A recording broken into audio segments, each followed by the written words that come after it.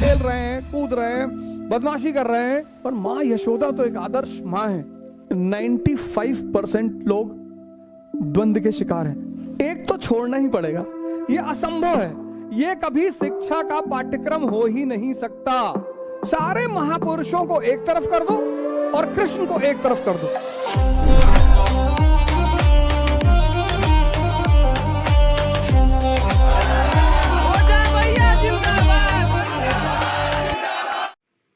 बड़ा इंपॉर्टेंट है, इनके नाम भी बड़ा इंपॉर्टेंट है। कान्हा,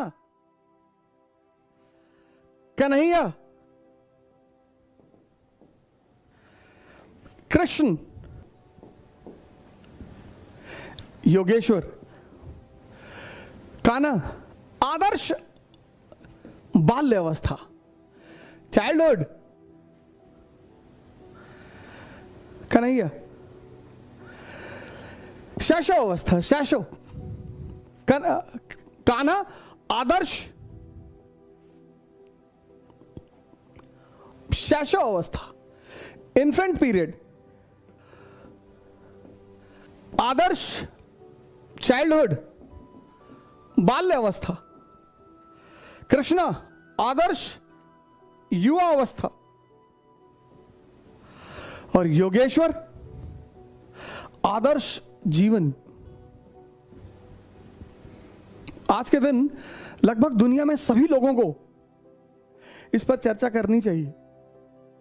आज आप देखो हमारे घरों में बचपन से प्रेशर, बचपन से महाभारत सीरियल है, कृष्ण के ऊपर सीरियल है। आज तो किसी को पढ़ने की जरूरत ही नहीं, इतने सारे सीरियल हैं। आप कृष्ण की इन्फेंट अवस्था देखो, आप कृष्ण की बाल्य अवस्था देखो। ये जो पीरियड है मनुष्य के जीवन का, ये उसके समस्त जीवन का निर्माण करता है।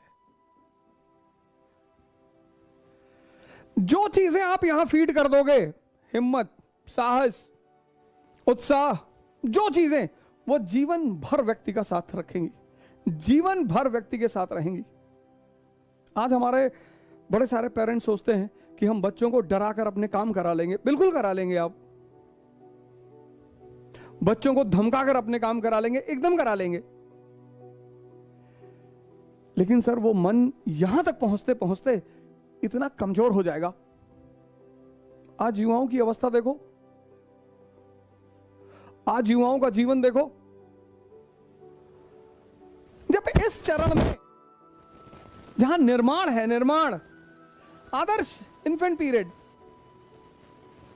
आदर्श चाइल्डहुड, बालकाल, खेल रहे हैं, कूद रहे हैं, बदमाशी कर रहे हैं, पर मां यशोदा तो एक आदर्श मां है। शिक्षा, उच्चतम आदर्श शिक्षा, और इस नींव पर इस महान व्यक्ति का निर्माण हुआ। संसार, सन्यास, दोनों के रास्ते अलग अलग हैं।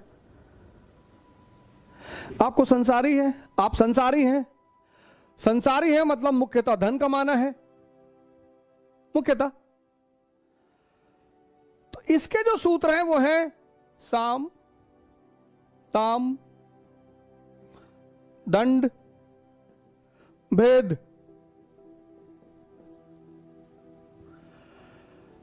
आपको चैतन्य कमाना है, बुद्ध बनना है, महावीर बनना है। इसके जो सूत्र हैं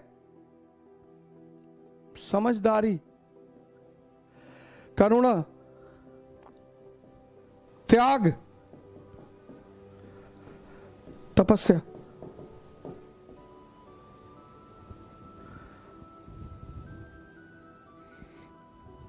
अब जानते हैं मानव द्वंद्व में क्यों है? ये पढ़ाया नहीं जाता। किसी स्कूल में नहीं पढ़ाया जाता, किसी कॉलेज में नहीं पढ़ाया जाता, किसी यूनिवर्सिटी में नहीं पढ़ाया जाता। ये पढ़ाया ही नहीं आता। ये कभी शिक्षा का पाठ्यक्रम हो ही नहीं सकता। ये बहुत बड़ी बात है मानव के सामाजिक व्यवस्था में। ये पढ़ाया जाता है। ये यह पढ़ाया जाता है। शिक्षा के सारे पाठ्यक्रम का यह केंद्र है ये।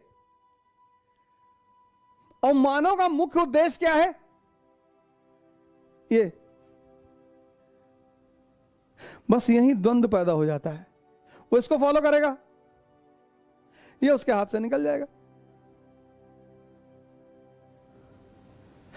ये मानव समाज का सबसे बड़ा पहलू है। ये किसी भी पाठ्यक्रम में, स्कूल के पाठ्यक्रम में, कॉलेज के पाठ्यक्रम में, यूनिवर्सिटी के पाठ्यक्रम में है ही नहीं, है ही नहीं। इसलिए दुनिया में 95% लोग द्वंद्व के शिकार हैं।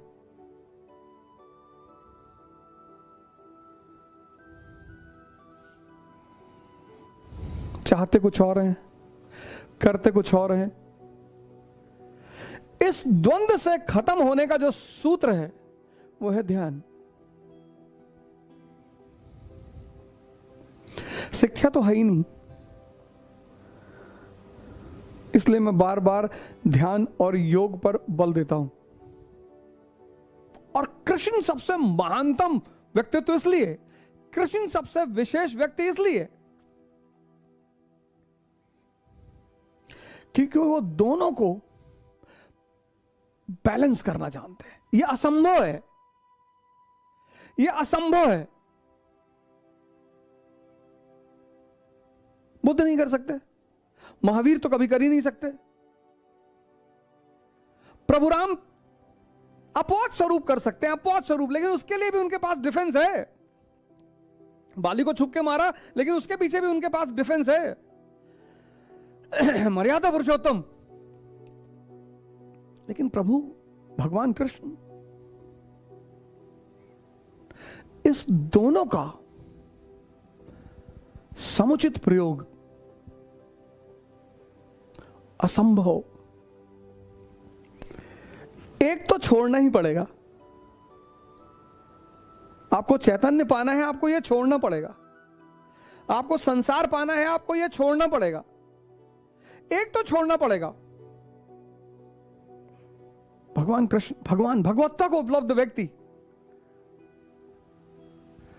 भगवत्ता को उपलब्ध व्यक्ति, ये काम दुनिया में कोई नहीं कर पाया। संभव ही नहीं हुआ किसी के।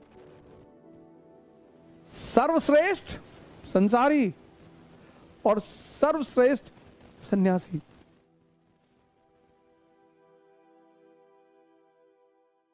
धर्म जो है जनता के लिए अफीम है। धर्म के बातों में आपका विरोध नहीं हो रहा है तो समझ लीजिए आप जनता के मन की बात कर रहे हैं। ऐसी कौन सी जरूरत पड़ गई इंसान को कि धर्म को पैदा होना पड़ा? इंसान नियम नहीं चाहता। अमेरिका का आदमी बुद्ध की पूजा करेगा, उसको शांति चाहिए। भारत के आदमी को धन चाहिए। पाड़गंज में बैठा हुआ भिखारी अंग्रेजी में भीख मांग रहा है, sir $1, God bless you sir $1। जब भीख मांगने की एलिजिबिलिटी अंग्रेजी हो गई तो जीवन जीने की, मनुष्य को नियम में बांधने के लिए धर्म का जन्म हुआ।